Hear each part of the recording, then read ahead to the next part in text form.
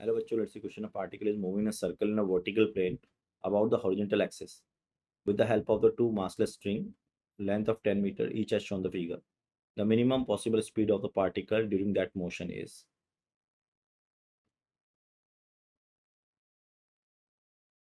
तो बच्चों की कॉन्सेप्ट जो हो गया, की concept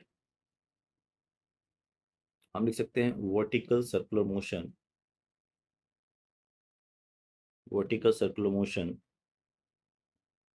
with the help of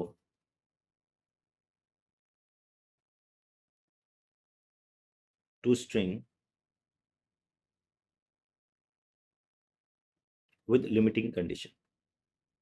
With limiting condition.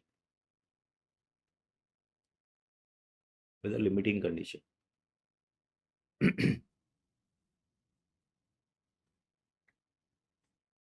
ठीक है, विद अ लिमिटिंग कंडीशन। तो अगर आप देखोगे बच्चों तो एग्जैक्टली ये वर्टिकल सर्कुलर मोशन हो गया है इस तरह से, ठीक है। और हमने दो टेंशन्स को इस तरह से इन्वॉल्व किया है।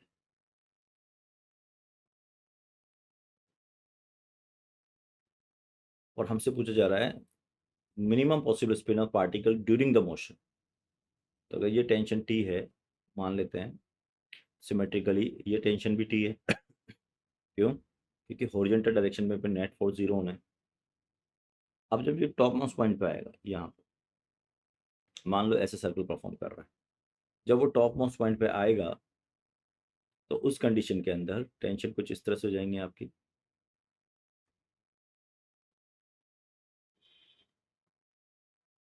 ठीक है। और एम जी हो जाएगा नीचे की ओर।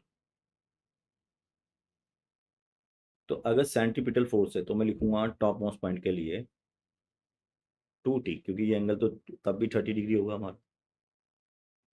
तो 2t साइन 30 है ना, जो कि वर्टिकल कंपोनेंट हो जाएगा, plus M G, and that will be equal to M V square upon R. ये आपको सेंटीमीटर देगा और आर जो होगा वो हम निकाल लेंगे। लेंथ दी हुई आपको 10 सेंटीमीटर, 10 मीटर। तो आर जो हो जाएगा वो 5 हो जाएगा क्योंकि साइन 30 कंपाउंड जाएगा। तो यहाँ आर जो है वो है 10 sine 30, that is equal to your 5। तो ये हो गया आपका 2t sine 30 plus M G is equal to the mv square by 5. For minimum velocity, we can put the t0. So here mg is nothing but that mv square by 5.